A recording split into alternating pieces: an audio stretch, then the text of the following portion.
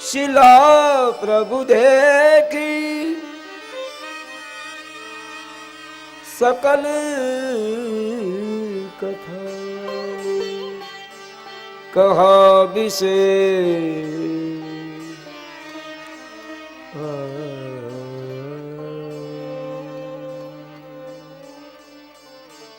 મોટો પથ્થર પડ્યો છે આશ્રમ, મોટો જબરો પથ્થર. રામજી વિશ્વામિત્ર બાપજીને પૂછે છે, ગુરુદેવ આ આશ્રમમાં કોઈ માણસ કેમ નથી? ખગ મૃગ જીવ જંતુ કાંઈ નથી, એકાંત આશ્રમ ખાલી પડ્યો છે. એક મોટો પથ્થર બરાબર આશ્રમની વચ્ચો વચ્ચ પડેલો છે. પૂછા મુનિ शिला प्रभु देखी सकल कथा मुनि कहा विशेषी. बापजी આ પથ્થર આટલો મોટો પથ્થર આશ્રમમાં આવ્યો ક્યાંથી? વિશ્વામિત્રજીની આંખમાં આંસુ આવ્યા. રાઘવ, તમે નથી જાણતા આ પથ્થર કોણ છે? પણ તમારા મારે જ મોઢે જો બોલાવવું હોય તો સાંભળી લો. ગૌતમ નારી પથ્થર નહીં હૈ ये. પ્રભુ આપ તો બધું જાણો છો, પણ તમે મને જશ આપી રહ્યા. સુનો ભગવાન, ગૌતમ નારી શ્રાપ બસ. શ્રાપ વશ, પાપ વશ નથી, શ્રાપ વશ. મોરારી બાપુ, રામ આ ગૌતમની નારી છે, એનું કોઈ પાપ નહોતું. અને અજાણતા મળેલા શ્રાપને આ ઋષિની નારી ભોગવી રહી છે, નહીતર એનો કોઈ દોષ નથી. ગૌતમ નારી શ્રાપ બસ ઉપલ દેખ ધરી દીન ચરણ કમલ રજ ચાહતી. कृपा करहु रघुवीर, कृपा करहु रघु.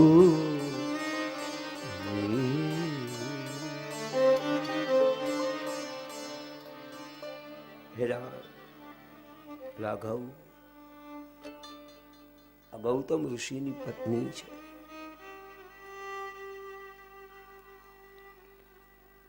પથ્થરના રૂપમાં છે. ઉપલ, સંસ્કૃતમાં પથ્થરનું એક નામ છે ઉપલ.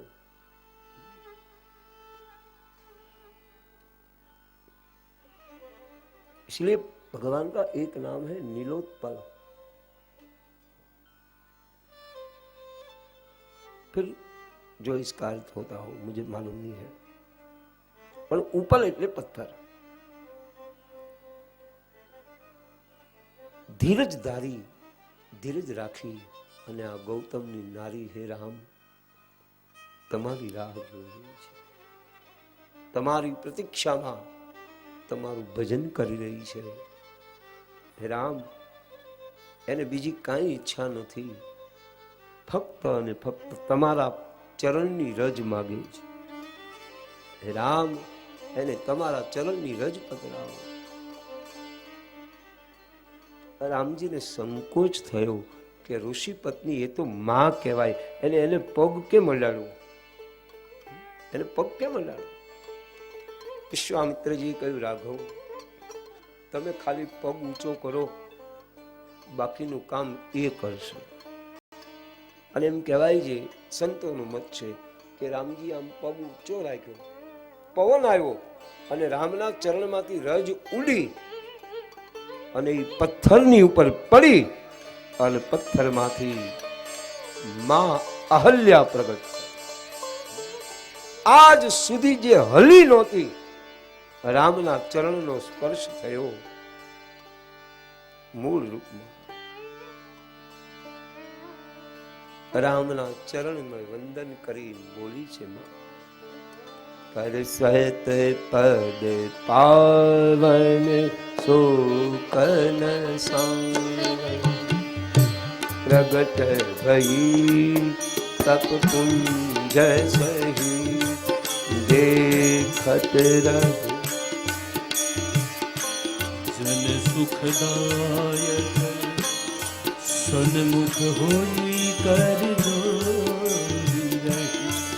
અતિ પ્રેમ અધીરા પુલક શરીરા મુખ નહીં આવઈ બચન કહી અતિશય બળ ભાગી ચરણ મિલાવી ઝુકલ નયન જલ ધાર રહી ધીરજ મન કિન્હા રૂપ સિંહા રઘુપતિ કૃપા ભગતિ પાઈ અતિ નિર્મલ બાની સ્તુતિ ખાની જ્ઞાન ગમ્ય જય રઘુરા मैं नारिय पावन प्रभु जग पावन रावण रिपुजन सुखदाई राजीव विलोचन भव भय मोचन पाहि पाहि शरणनियाई मुनि शाप जो दिन हाथ भल किन्हा परम अनुग्रह में माना देखऊ हरि लोचन हरि भव मोचन इहै लभ शंकर जाना बिनती प्रभु मोरी में बत मोरी नाथन माधव बलराना कमल परागा रस अनुरागा मम्मन मधुप करे जय पद सुर सरिता परम पुनीता प्रगट भई शिव शीश धरी कोई पद पंकज देहि उदत अजमल सिर धरे कृपाल हरि एहि भ्रांति सुधारी गौतम नारी बार बार धरि चरण परी भूयति मन भावा सोबर पावा गैपति लोक आनंद भरी पर सत पद पावन रामना चरणનો સ્પર્શ થયો. માં અહલ્યા જાણે તપનો ઘડો પ્રગટ થયો હોય એમ પ્રગટ થયો. રામને જોઈ આંખમાં પ્રેમના આંસુ આવ્યા. ધીરજ ધારણ કરી સ્તુતિ કરી, મહારાજ ક્યાં હું અને ક્યાં તમે, મેં નારી પાવન પ્રભુ જગ પાવન. હે મહારાજ, હું અપાવન નારી, તમે પાવન પુરુષ. પણ મહારાજ મને એટલી ખબર છે, તમે રાવણ જેવા રીપુને પણ જો સુખ આપતા હો. હે મહારાજ, હું તમારા શરણે આવી છું. પણ અહીંયા અહલ્યા અદભુત ક્રાંતિ આપે છે. માં અહલ્યા રામનો આભાર નથી માનતી, અહલ્યા ગૌતમનો આભાર માને છે. મુનિ શ્રાપ જો દિન્હા અતિ ભલ કિન્હા. મને મારા પતિએ શ્રાપ નથી આપ્યો, મારી ઉપર અનુગ્રહ કર્યો છે. કારણ મહારાજ, જે લાભ ભગવાન શિવને ન મળે એ લાભ મને મળ્યો. મહારાજ, જેમ ભમરો ફૂલમાં બેસી અને ફૂલમાંથી રસ પીવે, એમ હે ઠાકુર, હે રામ, હે રાઘવ, હું તમારા ચરણ કમળમાં ભમરો બની અને તમારા ચરણ કમળનો રસ પી. મહારાજ,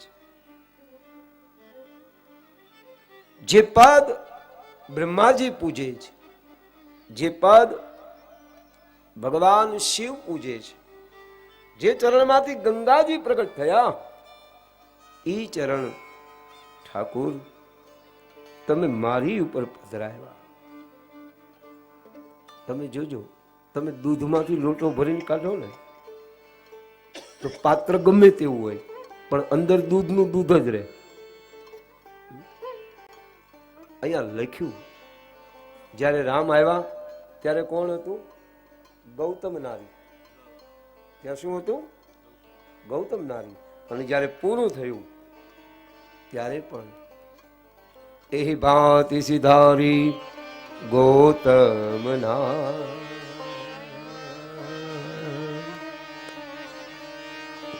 ગૌતમની અહલ્યાનો ઉદ્ધાર કરીને ભગવાન આગળ આવ્યા. રસ્તામાં ગંગાજીની કથા કહી. જનકપુરની અંદર ભગવાન રામનો ઉતારો થયો. માં દુર્ગાનું નગર છે જનકપુર, જ્યાં સાક્ષાત ભગવતી દુર્ગા